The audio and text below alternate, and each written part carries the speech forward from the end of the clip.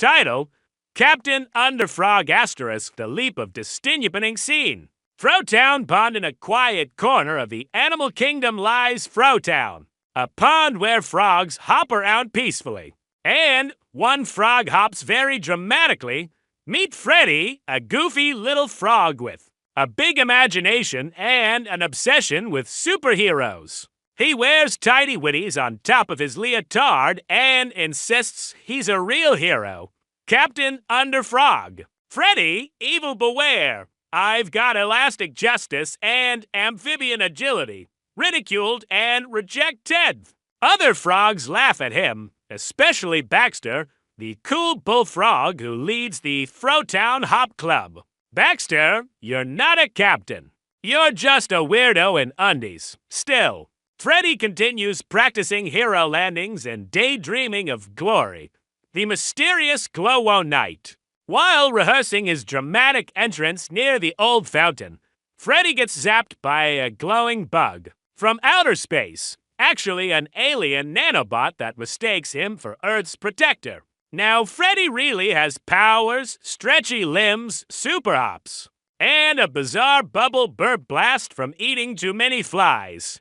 He's finally a hero. Freddy embraces his new strength and sets out to protect Frotown. He makes his own cape from a leaf, polishes his tidy whities, and declares himself Frogtown's official superhero. Pond problems and villainy montage small hero moments. Freddy tries to fight crime. He rescues a squirrel from a vending machine, sort of. He stops a duck traffic jam by yelling nonsense. It helps a ladybug find her glasses, but accidentally launches them into space. Despite his efforts, nobody takes him seriously until trouble arrives. Enter the villain, Dr. Croakstein, a disgraced toad scientist. Dr. Croakstein returns to Frotown with a plan to turn the pond into a swampy fortress powered by mud-fueled robots. He releases swarms of mosquito minions to drive everyone out. Dr. Croakstein: Frotown shall be Mucktown, and I shall be its glorious overlord / Toad King. No one believes Freddy. Freddy warns the others, but no one believes him. Even Baxter mocks him. Defeated and down, Freddy begins to doubt himself. He tosses his underpantscape into the reeds and hides in his lily pad bed. Enter Lily, a brainy frog inventor, who's been watching Freddy the whole time. Lily, you may not be perfect, but you keep jumping back up. That's real hero stuff. She upgrades Freddy's gear, adding spring-loaded foot pads, a bug juice blaster, and goggles. Frogs fight backtraining and redemption. Freddy trains in secret with Lily. Cue a fast-paced training montage filled with hilarious spills Madare spinspurps. That blast targets how down at Frotowner. Croakstein begins flooding the pond with sludge. His mosquito bots swarm the skies. Just as Frotown prepares to evacuate, Captain Underfrog returns, leaping from the sky in full heroic glory, pants and all. Freddy, evildoers, prepare to be unpantsified. Freddy leads the frogs in a wild, chaotic battle. He ricochets between Catailsh flings mud pies with precision. He clogs the villain's machine with bubble burps. Final face-off. Freddy faces Dr. Croakstein one-on-one with Lily's gadgets and Freddy's improvisation. They stop the robot army and reverse the swampification. Dr. Croakstein is defeated. Buried in a pile of his own mosquito drones. Hero at last Frogtown celebrates. Even Baxter gives Freddy a fist bump and an apology. Freddy becomes Frogtown's official protector, complete with a statue of him in his undies. Awkward but funny. And he finally says the words he's always wanted to. Freddy, justice is served with a side of bugs. Closing credits song. Bounce with me, a fast-paced, silly pop song where frogs dance and sync. Freddy poses dramatically, and bubble burps pop to the beat. Thank you.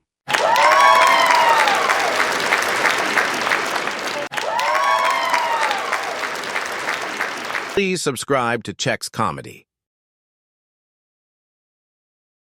Title: Princess Pancake Escapes.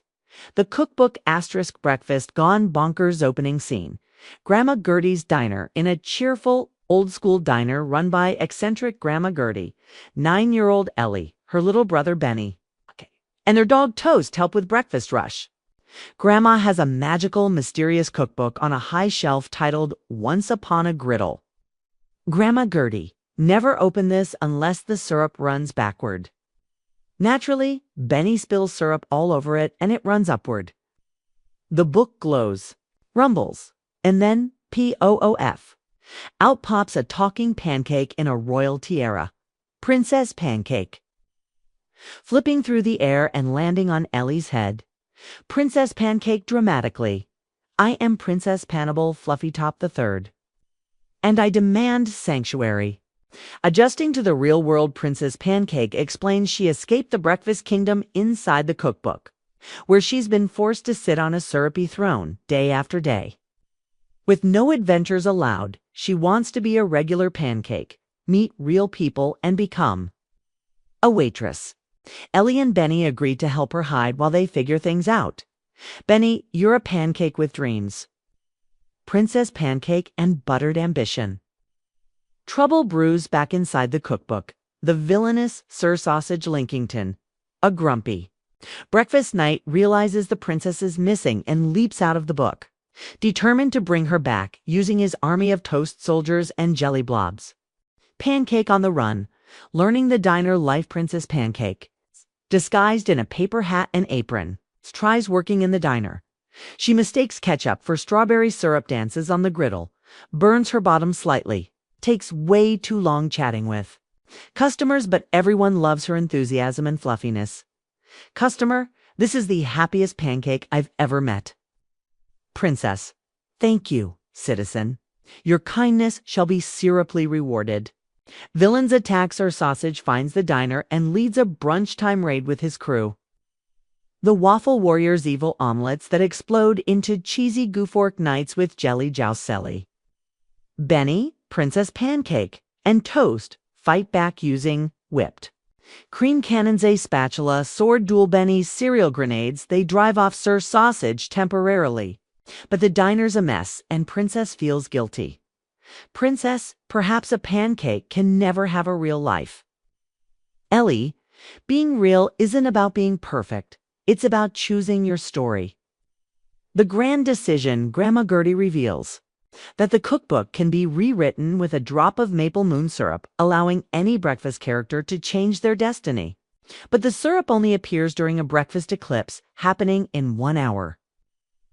Flipping the script, the eclipse begins. Princess Pancake races back toward the cookbook to rewrite her tale. But Sir Sausage captures her and prepares to fry her into submission in the pan of obedience. Ellie, Benny, and Toast arrive just in time. Toast distracts the toast soldiers. Awkward Benny blasts syrup everywhere. Lee challenges Sir Sausage to a final flip-off. The final flip-a pancake flipping duel begins atop a giant rotating griddle. Princess Pancake does a triple backflip, lands in a teacup, and then cannonballs into the cookbook. She drops the moon syrup into the open pages. Kneels: I declare this flapjack free. The book rewrites itself. Sir Sausage is turned into a side dish. The breakfast kingdom is now a cafe of free-willed breakfast foods with hobbies, karaoke, and vacation days. Happily ever after, Princess Pancake stays in the real world. She runs her own tiny food truck for kids called Pannable's Pancake Palace. Parked outside the diner.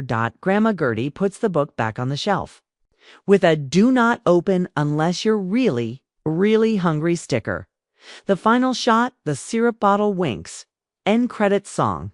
Flipping out, but in a good way, a bouncy breakfast-themed pop tune with characters dancing, flipping pancakes, jelly breakdancing, and Toast finally getting his own hat.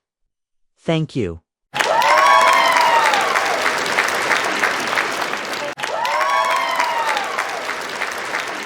Please subscribe to Chex Comedy. Title: Sleepover at the Haunted Treehouse. The door opening scene. The schoolyard near Old Marley, fearless leader of her friend group, loves spooky stuff.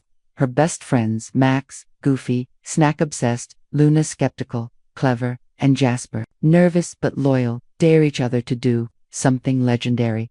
Marley proposes a sleepover in the abandoned treehouse at the edge of the woods, a creaky, vine-covered hideout rumored to be haunted by the giggle ghost. Max: do ghosts even giggle? Jasper: only if they're mocking you before they haunt your pants off. The setup: the kids gather gear, sleeping bags, flashlights, snacks, and one very dramatic ghost-catching net built from badminton rackets. They arrive at the treehouse as the sun sets. The door opens by itself.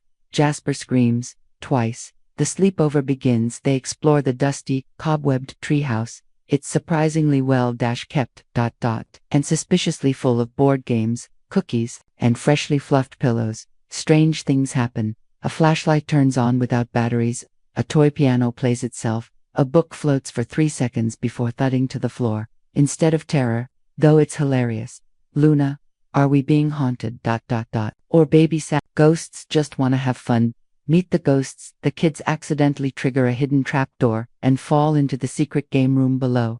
There, they meet 3 goofy ghosts. Granny Giggles, a former birthday party clown. Bert, the burper, a ghost with legendary Belch's socks. A ghost who only communicates through interpretive dance. They explain they've been haunting the treehouse for decades, not to scare kids, but because they miss having sleepovers. Granny Giggles: our haunting license only allows tickling and pranking, no scaring. We're union ghosts. Games and gags. The sleepover kicks into high gear.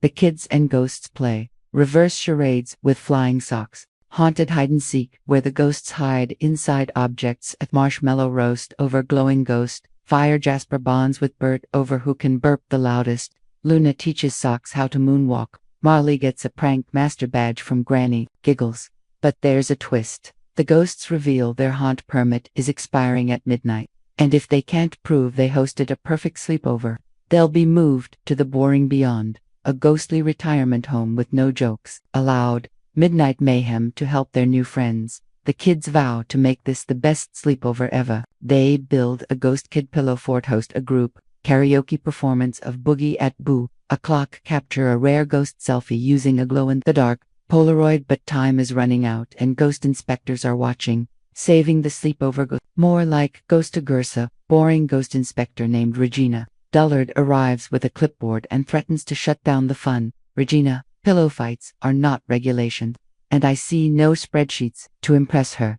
The kids stage a full-on sleepover showcase, combining a pillow fight, ballet, synchronized burp routine, and epic prank on Regina, complete with flying slime balloons. Final test: Regina's unimpressed, until Socks performs an emotional interpretive dance about finding friendship after death. Tears fall. Regina stamps their haunt use permit and declares the treehouse a certified giggly ghost gathering ground. Farewell or not. As dawn breaks, the kids pack up, the ghosts thank them and gift each a ghost friend forever pin. Back home, the kids realize they've made the best friends they'll never see at school, but can visit any night they need a laugh, a marshmallow, or a spooky board game.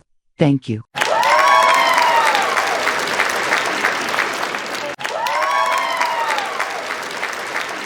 Please subscribe to Chex Comedy. Title: Socks Without Matches, the missing matches opening scene. The sock drawer inside a kid's bedroom lives a world of socks. Our hero is Solly, a bright orange, left-foot sock with polka dots and no match. The drawer is ruled by Captain Cotton, a serious tube sock who keeps everything in perfect pairs. Solly is teased for being half a pair, especially by the flashy duo Tango and Twist, a pair of glittery dance socks.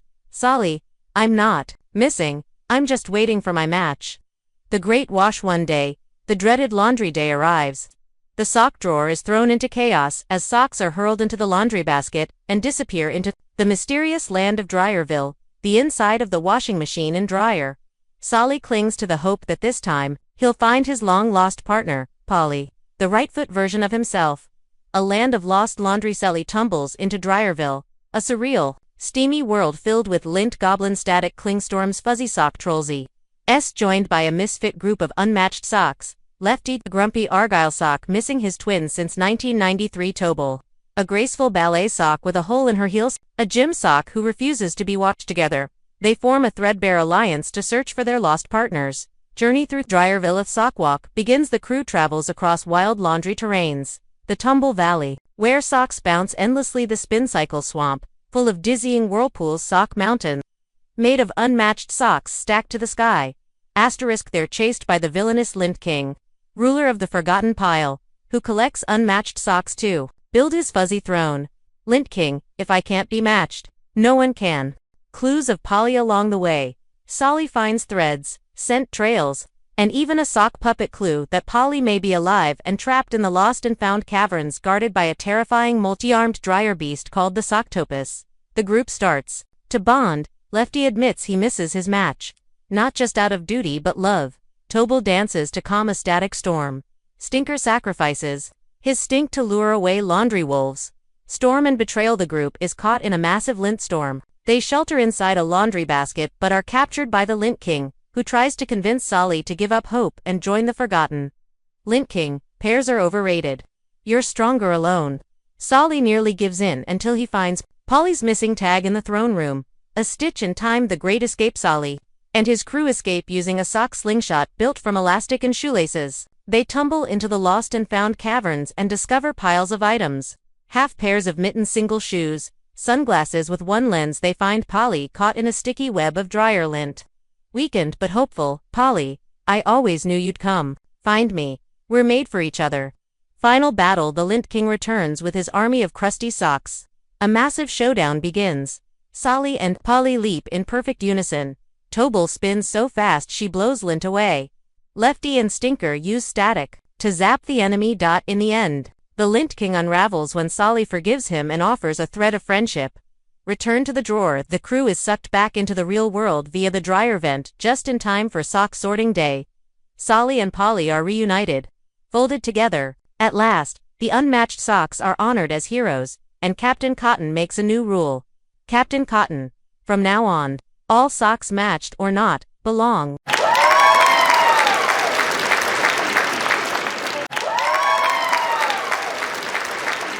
Please subscribe to Chex Comedy. Title: Taco Tuesday took over the town. Tacos. Town. And trouble. Opening scene. Town of Guacamole. Gulch. Meet Leo, a goofy 10-year-old taco enthusiast, living in the quiet little town of Guacamole Gulch. He starts his Tuesdays with excitement. It's Taco Tuesday at his school cafeteria, and Leo has an emergency sombrero just for the occasion. Leo, Taco Tuesday is sacred. Like birthdays, snow days, and limited-time hot sauce packets. The mysterious taco truck on his way to school. Leo spots a brand new taco truck run by a spectacular-eyed mysterious man named Senator Salson, who hands him a taco with extra Destiny spice. When Leo takes a bite, time slows down, music plays, and something magical happens. The taco loop begins the next morning. Leo wakes up, and it's Taco Tuesday again. Same taco special, same outfit, same homework excuse. At first, Leo is thrilled, but then it happens again. And again. It's always Tuesday. He's caught in a taco time loop. Taco chaos and saucy secrets. Enjoying the loop at first. Leo uses the loop to his advantage. He eats unlimited tacos. He pranks the principal with hot sauce balloons repeatedly. He learns every student's secret Taco Tuesday strategy. But soon, things get weird. Tacos start raining from the sky. People forget there are other days. Salsa rivers flood the sidewalks. The world is becoming a taco. Buildings turn into tortilla shells. Dogs wear nacho hats. Even the mayor declares every day is Tuesday forever. Leo teams up with his best friend Maya, a brilliant but skeptical inventor, and together they investigate Senator Salson's taco truck, which seems to vanish and reappear at will. Maya, a taco truck that warps time? Yeah, that tracks. This is Guacamole Gulch. They discover a hidden compartment with ancient Aztec scrolls titled The Prophecy of the Eternal Taco. Backstory reveals Zigger Selson reveals the truth. He is a taco wizard, a guardian of the balance between flavors and time. But Leo's bite of the Destiny taco disrupted the weekly calendar continuum. Now, the only way to fix it is to create the ultimate taco using 7 sacred ingredients, one from each day of the week, and serve it at precisely 12 o'clock on a non-Tuesday. Problem: yes, it's always Tuesday now. The quest for the ultimate taco. The epic taco chase Leo and Maya, wearing taco-proof ponchos, Build a day-hopping device using Maya's tech and Salson's spicy scrolls. Each ingredient must be stolen, cooked, or bargained from bizarre food kingdoms. Monday Muffin Mountain, Wednesday Waffle, Wasteland Fried, a Fry Lagoon, Sunday Volcano. They face hilarious enemies. The Egg King of Monday, the Sauce Bandit of Thursday, Singing Nacho named Chipadefinal Taco Showdown back in Guacamole Gulch. Leo assembles the ultimate taco, but just as he's about to serve it, a mutated mega taco monster formed by all the leftover looping tacos attacks the town. Leo lures the monster with his finished ultimate taco and feeds it the last bite. The monster burps, then vanishes in a puff of cilantro. Time resumes. Wednesday finally arrives. The world returns to normal, except Leo's sombrero now glows faintly, and Senar Selson disappears, leaving only a napkin that says, "Use your spice wisely." Leo and Maya open a tiny taco stand, but limit their hours to Fridays only. Closing credits scene. A musical number, one day a taco, every day a feast. Characters from each day of the week dance with their signature foods. The mega taco monster returns in a conga line.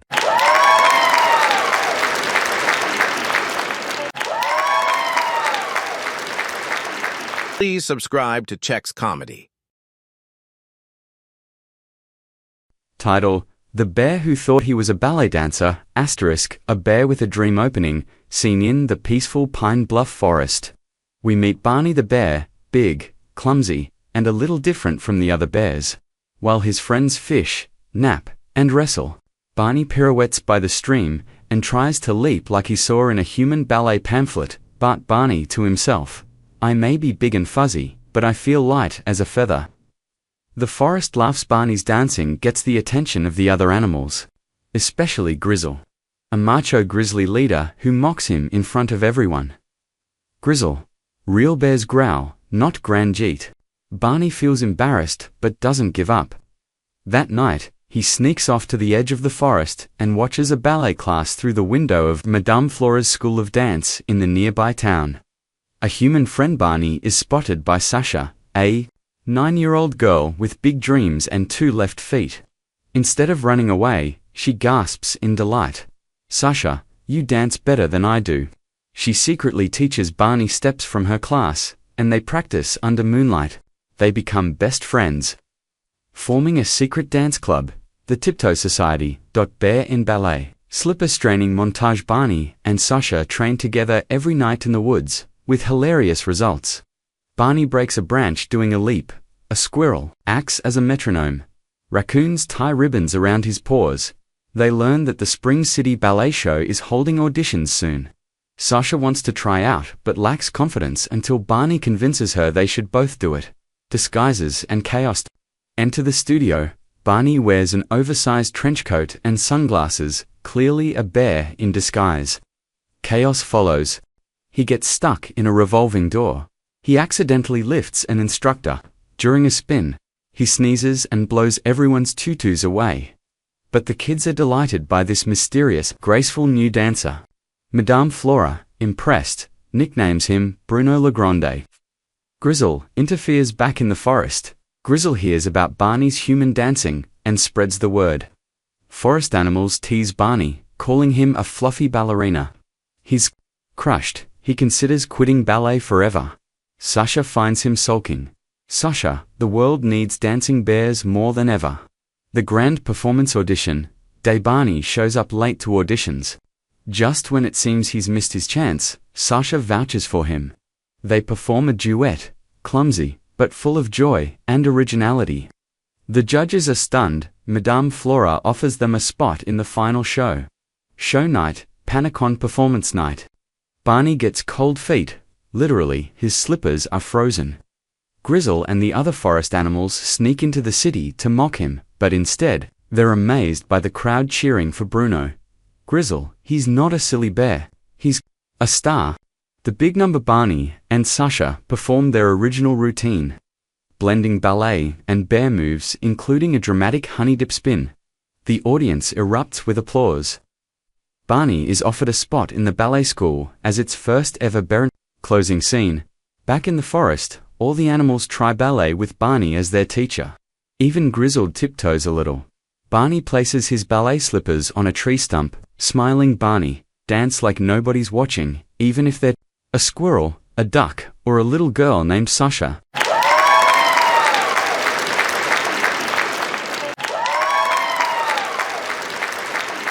Please subscribe to Chex Comedy. Title: The Planet That Got Lost, * Something's Missing in the Sky opening scene. Earth, Backyard Observatory. Meet Zara, a 10-year-old space-obsessed girl with a homemade telescope and a backpack full of snacks and facts. She notices something strange during her nightly stargazing. A planet has disappeared from her star map. Zara: Jupiter. Check. Saturn. Check. Neptune. Check. Wait, where's Glonks? Glonks is a tiny, recently discovered dwarf planet known only to nerdy astronomy kids like Zara. Closing parenthesis. NASA, sort of. Confirms it. Zara emails her local science museum and receives a glitchy reply. You're not wrong. Something big is missing. Meanwhile, we cut to outer space, where a small, adorable blue planet, Glonks, is drifting sadly through a starless void, having accidentally rolled out of orbit. Glow NX in high-pitched voice. Oops, I blinked and missed my turn at the moon. Meet Glonks and the cosmic misfits. We learn Glonks is sentient, goofy, and bad with directions.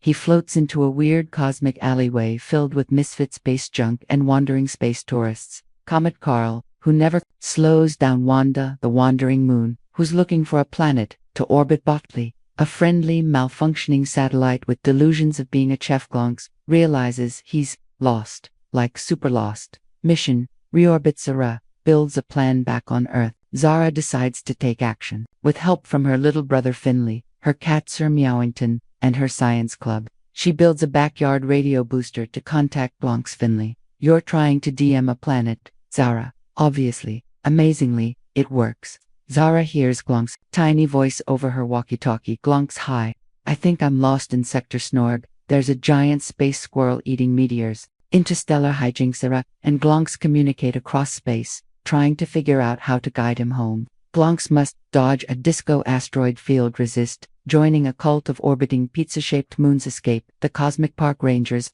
who want to file him in the galactic lost and found. Botley tries to cook spaghetti using solar flares. Wanda accidentally causes a lunar eclipse. Glonks is terrible with directions but full of enthusiasm. Zara's big idea. Zara discovers that Glonks' orbital path was knocked off course by a rogue black hole sneeze. Yes, it sneezes. Using homemade math, duct tape, and a laser pointer, Zara creates a plan. Build a signal beacon using Earth's satellites to create a gravity nudge that will pull Glonks back on track. The rescue and return setting the traps. Zara convinces a retired astronaut neighbor, Captain Judy Rocketboots, to help her boost the signal.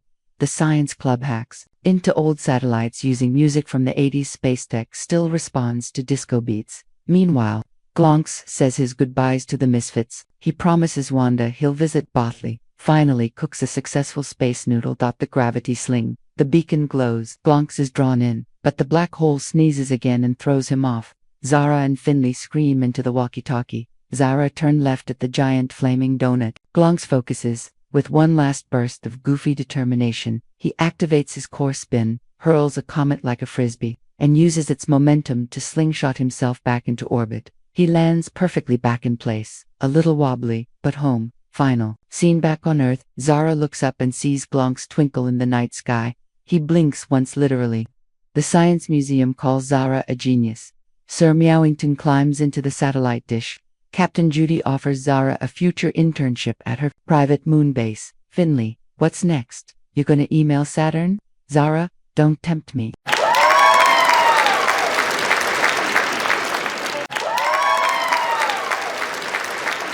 Please subscribe to Chex Comedy.